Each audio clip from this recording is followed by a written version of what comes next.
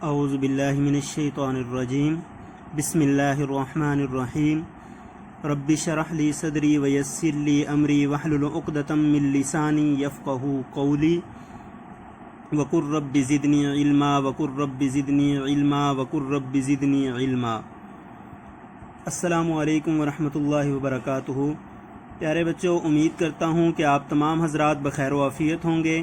اور اللہ تبارک و تعالیٰ سے دعا ہے کہ اللہ تبارک و تعالیٰ ہم سب کو اپنے حفظ و امان میں رکھے۔ پیارے بچوں، آج کا جو آپ کا سبق ہے 12 اگست سن 2020 بروز بدھ کو نظم نمبر 4 پیوستہ رہ شجر سے امید بہار رکھ، یہ آپ کو آپ کی کتاب کے صفحہ نمبر 120 پر ملے گی۔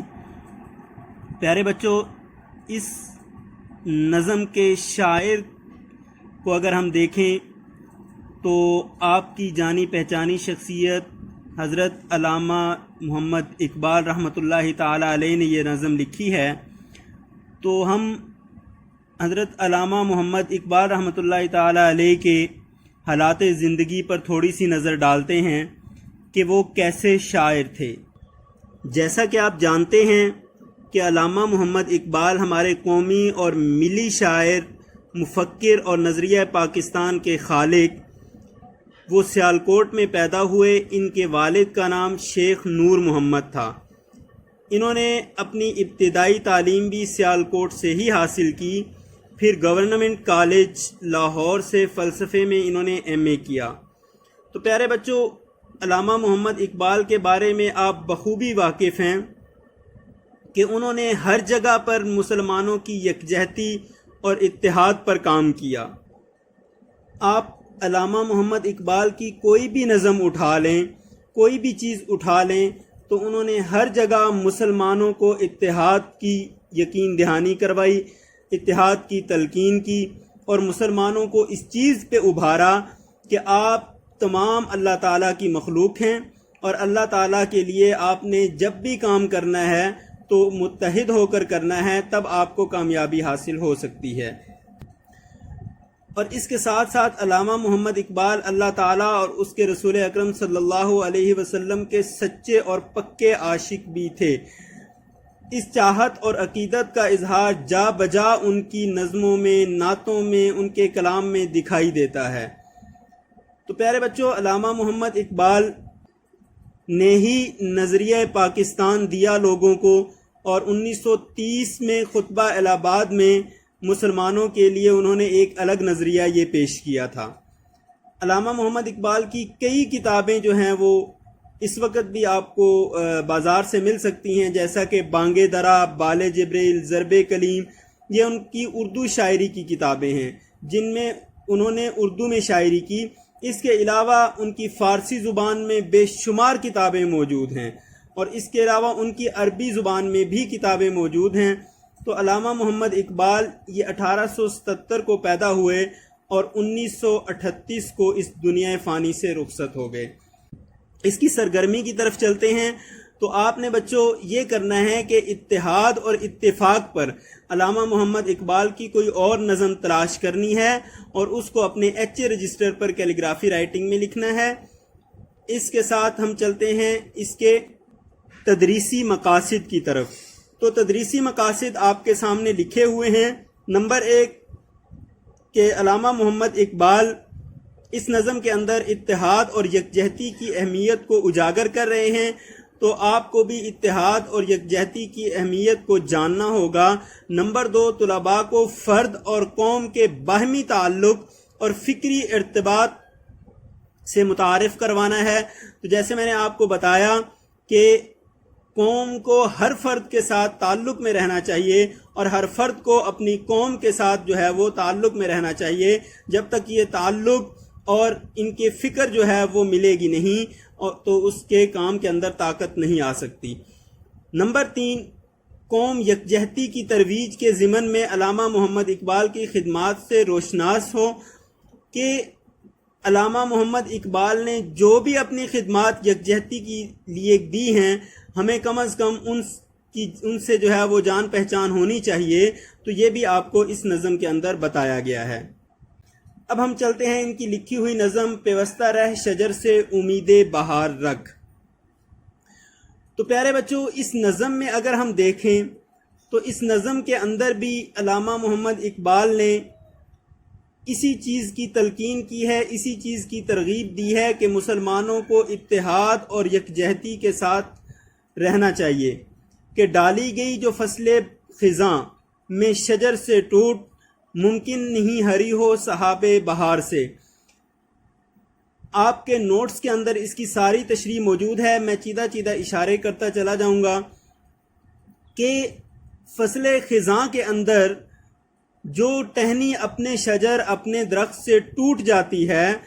پھر بہار کے اندر اس کا ہرا ہونا ممکن نہیں، کیونکہ وہ الگ ہو جاتی ہے۔ علامہ محمد اقبال اس شعر میں مسلمانوں کو یہ بتانا چاہ رہے ہیں کہ جب تک آپ مشکل وقت میں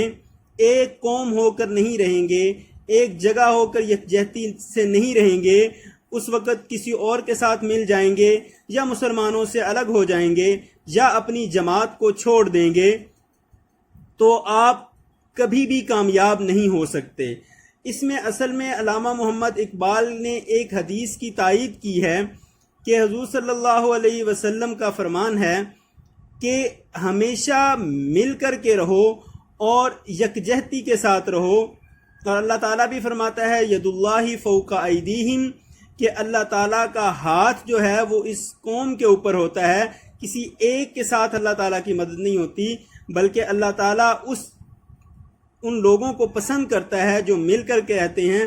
تو علامہ محمد اقبال بھی اس شعر میں یہی بتانا چاہ رہے ہیں کہ جب بھی آپ کے اوپر کوئی مشکل آتی ہے تو اس کا یہ مطلب نہیں ہے کہ آپ اپنے مسلمانوں کو چھوڑ دیں اور ان سے الگ ہو جائیں، بلکہ مشکل وقت میں ان کا سہارا بنیں اور مل کر کے رہیں، تو انشاءاللہ اللہ تعالیٰ آپ کو کامیابی دے گا۔ اسی طرح اگلے باقی اشعار کے اندر بھی علامہ محمد اقبال نے اسی طرح اتحاد اور یکجہتی کو جو ہے اس کی ترغیب دی ہے، اور ہر شعر کے اندر یہ بتایا ہے کہ جس طرح ایک درخت وہ اگر اس سے ایک ٹہنی کو جدا کر دیا جائے تو وہ ٹہنی جس طرح ہری نہیں ہو سکتی، پھر وہ مرجھا جاتی ہے یا وہ اپنا پھل نہیں دے سکتی، اسی طرح ایک ملت، ایک قوم جب تک متحد ہو کر کے رہے گی تو وہ تمام کفار پہ، تمام عالم اسلام پہ حاوی ہو سکتی ہے، لیکن جب ایک قوم متحد اور اتحاد کے ساتھ نہیں رہے گی تو پھر اس کے بعد وہ قوم ہمیشہ زوال کی طرف جاتی ہے، ہمیشہ جو ہے وہ اپنے برے کی طرف جائے گی، کیونکہ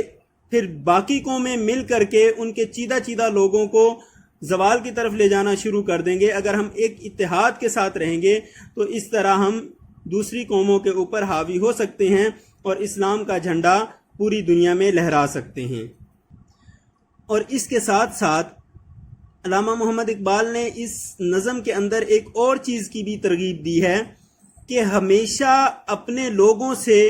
اپنی قوم سے، اپنی ملت سے ہمیشہ رابطے میں رہنا چاہیے، ان سے حال احوال پوچھتے رہنا چاہیے، کیونکہ جب کسی درخت کو لگایا جاتا ہے تو وہ اسی لیے لگایا جاتا ہے کہ کل وہ بڑا ہو کر اپنا پھل دے گا، یا وہ بڑا ہو کر ہمیں سایہ دے گا، یا ہم اس سے فائدہ اٹھائیں گے۔ تو جب ہم اپنی قوم کے ساتھ رابطے میں رہیں گے، اپنی قوم کے ساتھ مل کر کے چلیں گے، اپنی قوم کے حال احوال پوچھیں گے، سنیں گے، ان کے مقاصد کو پورا کریں گے، تو کل وہ قوم ایک حکمران کے ساتھ، ایک بڑے آدمی کے ساتھ مل کر کے چلے گی۔ تو علامہ محمد اقبال نے اس میں یہی ترغیب دی ہے کہ ہمیشہ اپنی قوم سے رابطے میں رہنا چاہیے، اور علامہ محمد اقبال نے اپنی ساری زندگی اسلام کے لیے اور پاکستان کے لیے وقف کر دی تھی، اور وہ لوگوں سے مسلسل رابطے میں رہتے تھے۔ اسی لیے علامہ محمد اقبال نے اس نظم میں سب سے زیادہ اتحاد اور یکجہتی کو اجاگر کرنے کی ترغیب دی ہے۔ تو پیارے بچوں، امید کرتا ہوں کہ آپ اس نظم کو اچھے سے پڑھیں گے، اور پھر نوٹس میں اس کی جو بھی تشریح دی گئی ہے آپ نے اس کو یاد کر کے اپنے کیلیگرافی رائٹنگ میں calligraphy register homework register پر کیلیگرافی رائٹنگ میں لکھنا ہے۔ اور پیارے بچوں، اس کے ساتھ ساتھ آپ نے اس نظم کو اچھے طریقے سے پڑھنا ہے، علامہ محمد اقبال کے حالات زندگی کے بارے میں اچھے طریقے سے پڑھنا ہے۔ ان کے بارے میں آپ سے کوئی بھی سوال جو ہے وہ کر سکتا ہوں تو آپ نے اس کے جواب دینے ہوں گے۔ اور آج کی ڈائری یہ ہے کہ آپ نے اس نظم کو اکیلے ہو کر بیٹھ کر پوری توجہ کے ساتھ اس کو پڑھنا ہے، اور جو نوٹس میں آپ کو سوال جواب دیے گئے ہیں آپ نے پوری مشق کو اچھے طریقے سے یاد کر کے کیلیگرافی رائٹنگ میں اپنے ہوم ورک رجسٹر کے اوپر لکھنا ہے۔ یہ آج کی آپ کی ڈائری ہے، اور اللہ تبارک و تعالیٰ سے دعا ہے کہ اللہ تبارک و تعالیٰ ہمیں علامہ محمد اقبال کے افکار کو سمجھنے کی توفیق عطا فرمائے اور پھر اس پر عمل کرنے کی توفیق عطا فرمائے۔ اس کے ساتھ ہی اجازت چاہوں گا، اختتامی دعا پڑھ لیتے ہیں۔ سبحانک اللہم و بحمدک اشہد ان لا الہ الا انت استغفرک و اتوب الیک، فی امان اللہ۔